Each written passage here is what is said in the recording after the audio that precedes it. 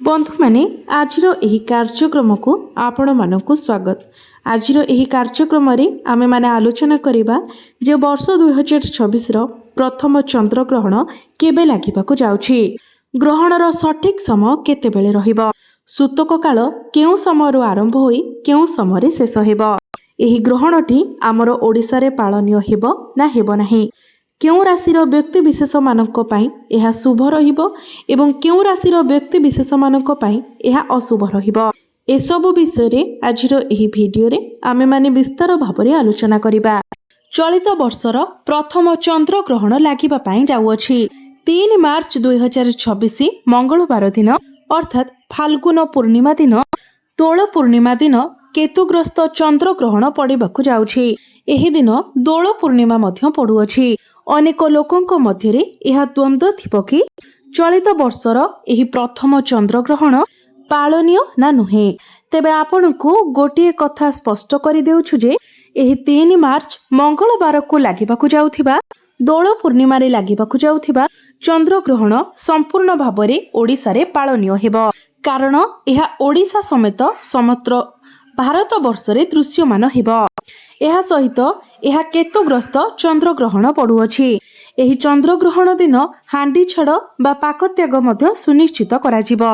तेबे आजिर एही भिडियो रे आमे माने आलोचना करिबा जे 3 मार्च को लागिबाकु जाउथिबा चंद्र ग्रहणर स्पर्श समयरु नै मोक्ष प्राप्तिर समय केतेबेले रहिअछि, ओडिसा रे केउ समय रे एहा दृश्यमान हेबो, सूतक समय बा पाक निषेधर समय बा हांडी छाड़र समय केतेबेलु आरंभ कराजिबो, एथि सहित केउ कार्य करिबा शुभ अटे एवं केउ कार्य करिबा अशुभ अटे, गर्भवती महिला माने किपरि सावधान रहिबा उचित एवं होली पर्व केमिति पालन करिवे, जहाकी पांजीरु संगृहित निर्भुल गणना अटे।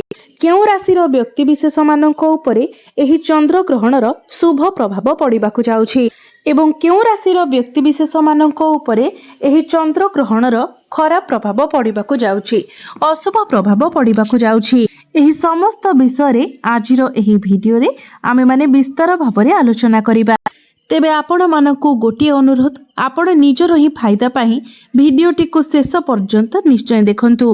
तेबे भिडियोटी रे आगो को बढ़िबा पूर्वरु आपण माने भिडियोटी को लाइक करी चैनल टी को सब्सक्राइब करि दियंतु एवं कमेंट बॉक्स रे भक्ति एवं श्रद्धार सहित जय श्री जगन्नाथ जय मां लक्ष्मी निश्चय लिखंतु। तेबे बंधु माने 3 मार्च 2026 फाल्गुन मास शुक्ल पक्ष पूर्णिमा तिथि रे अर्थात मंगलवार रे घटिबाकु जाउछि चलित वर्षर प्रथम चंद्र ग्रहण। बंधु माने ग्रहण हेउ किंबा पराग हेउ एहार प्रभाव समग्र जीव जगत उपरे पड़िथाए, राशि नक्षत्र उपरे पड़िथाए, संपूर्ण पृथ्वी उपरे एहार प्रभाव पड़िथाए, समग्र संसार उपरे एही ग्रहणर प्रभाव पड़िथाए। तेबे चलित वर्षर एही प्रथम चंद्र ग्रहण संपूर्ण भारत रे दृश्यमान हेबा सहित संपूर्ण ओडिसा रे मध्य दृश्यमान हेबो एवं एही ग्रहण रे हांडी छाड़ बा पाक निषेध सुनिश्चित कराजिबो। साधारणतः चंद्र ग्रहण लागिबार 9 घंटा बा 3 प्रहर पूर्वरु एवं सूर्य पराग लागिबार 12 घंटा बा 4 प्रहर पूर्वरु पाक निषेध बा हांडी छाड़ करा जाय थाए। एही समय को आमे सूतक समय बोली कहिथाउ, हांडी छाड़र समय कहिथाउ। जेहेतु यह चंद्र ग्रहण लागिबाकु जाउछि तेणु 9 घंटा पूर्वरु हांडी छाड़ बा पाक निषेध कराजिबो।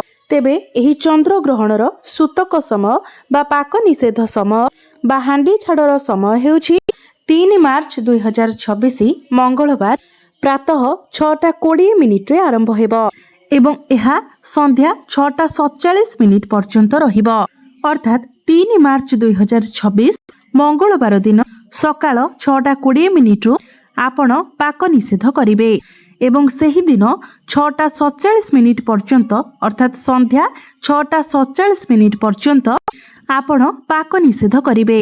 एही समय मध्यरे आपण संपूर्ण भाबरे भोजन देवनीति एवं रंधन कार्यरु दूरे रहिबे।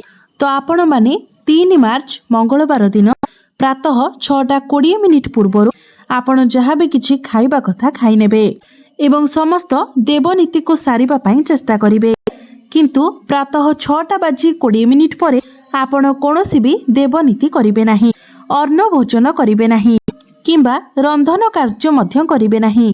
जेहेतु आमे सनातन धर्म को अवलंबन करुअछे तो ग्रहणर समस्त नीति नियम को पालिबा आमर कर्तव्य अटे।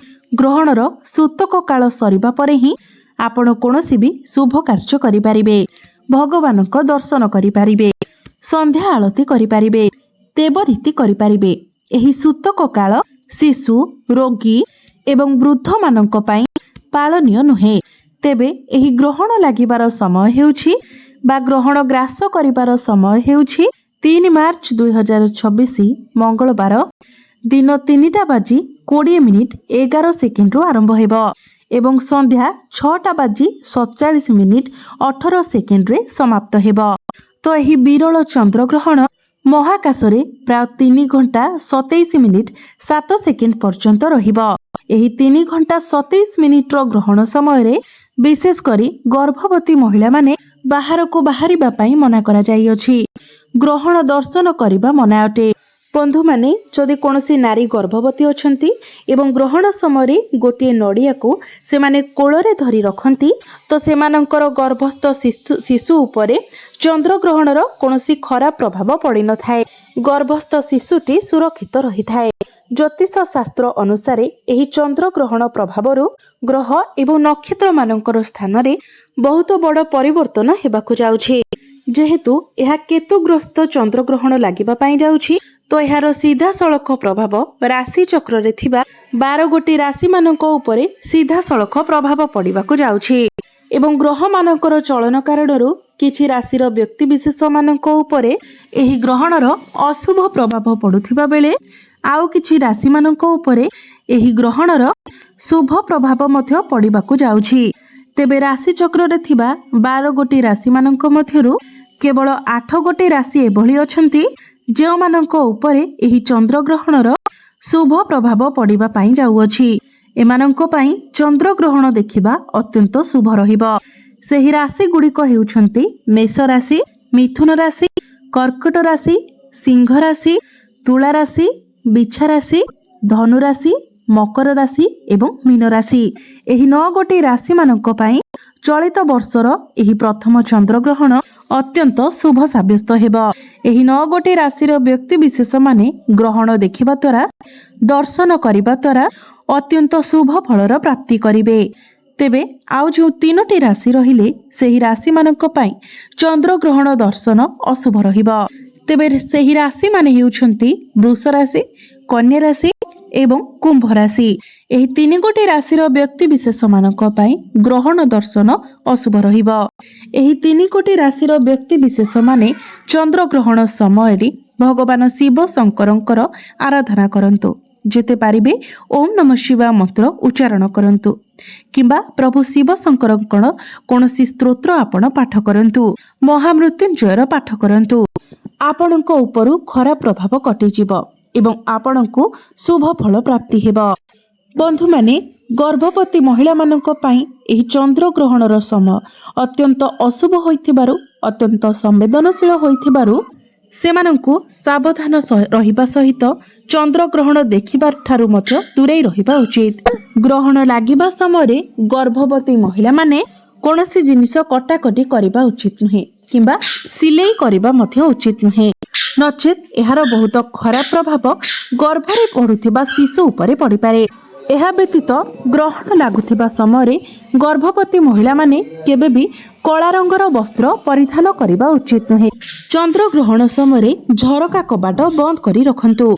चंद्रग्रहण समय जदि चंद्रंकर छाया कोनोसी गर्भवती महिलांको उपरे पड़ी थाए तो गर्भस्थ शिशु को शारीरिक दोष लागि थाए, जहा भविष्यत रे बहुत बड़ समस्या मध्य सृष्टि करि थाए। तेणु गर्भवती महिला माने एही समय बाहर को बाहरंतु नाही। ज्योतिष शास्त्र मतरे एही समय सीमा मध्यरे केतेक कार्य करिबाकु मध्य बारण करा जायछि। प्रथम कार्य हेउछि एही समय आपण खाद्य रांधंतु नाही। चंद्रग्रहण समय खाद्य पदार्थ रोषेई करिबाकु बारण करा जाय थाए, कारण एही समय रंधा जायथिबा खाद्य ज्योतिष शास्त्र मतरे अशुद्ध होइथाए, अर्थात विष समान होइथाए। एथिपाई आपण माने चंद्रग्रहण लागुथिबा समय रोषेई कार्य करंतु नाही। द्वितीय आपण चंद्रग्रहण समय खाद्य ग्रहण करंतु नाही। एही समय रंधा होइतिबा खाद्य ग्रहण करिबा संपूर्ण भावरे निषेध अटे। ज्योतिष शास्त्र मतरे चंद्रग्रहण समय रंधा होइतिबा खाद्य खाइले यह आमर शरीर उपरे कुप्रभाव पकाई थाए। तेणु ग्रहण समय आपण सुखिला खाद्य बा फलमूल इत्यादि खाई पारिबे। चंद्रग्रहण समय आपण कोनोसी भी शुभ कार्य करंतु नाही किंबा कोनोसी शुभ कार्य विषय आलोचना करंतु नाही। एहा द्वारा आपणक परिवार रे अनिष्ट होई थाए। चतुर्थरे चंद्रग्रहण समय देवी देवता मानकर पूजा करिबा संपूर्ण भावरे निषेध अटे। चंद्रग्रहण समय कोनोसी भी पूजा आळती करिबा मध्य मना होई थाए। एपरि करिबा द्वारा गृहरे दारिद्र्यता लागि रही थाए। तेणु चंद्रग्रहण समय आपण ठाकुर पूजा केबे भी करंतु नाही। एही समय आपण ठाकुर घर को संपूर्ण भावरे बंद करी रखंतु। चंद्रग्रहण समय अन्न दान करिबार उत्तम समय माना जाय अछि। एपरि कुहा जायछि जे चंद्रग्रहण समय अन्न दान करिबा द्वारा शरीर रे कोनोसी भी रोग होई न थाए। ग्रहण शेष हेबा परे स्नान करिबा एवं पिंधिथिबा वस्त्र को धोई नेबा उचित। संपूर्ण घर सारा गंगा जल सिंचन करी घर को पवित्र मध्य करि नेबा उचित। एहा परे शुद्ध मनरे रंधन कार्य करी कोनोसी दरिद्र व्यक्ति को अन्न दान करिबा उचित। आपणकर मंगल हेबा। आपणकर समस्त पाप मध्य क्षय होई जिवो। चंद्रग्रहण समय आपण भगवानकर माला जप करंतु। एहा द्वारा ग्रहणर खराब प्रभाव आपणक उपरे पड़िबो नाही। चंद्रग्रहण समय आपण केबे हेले मध्य शारीरिक संपर्क रखंतु नाही। एही समय नकारात्मक शक्ति मानकर प्रभाव अधिक रहितिबा हेतु विवाहित पुरुष बा विवाहित महिला माने शारीरिक संपर्क ठारू दूरे रुहंतु। केबे हेले मध्य शारीरिक संपर्क रखंतु नाही।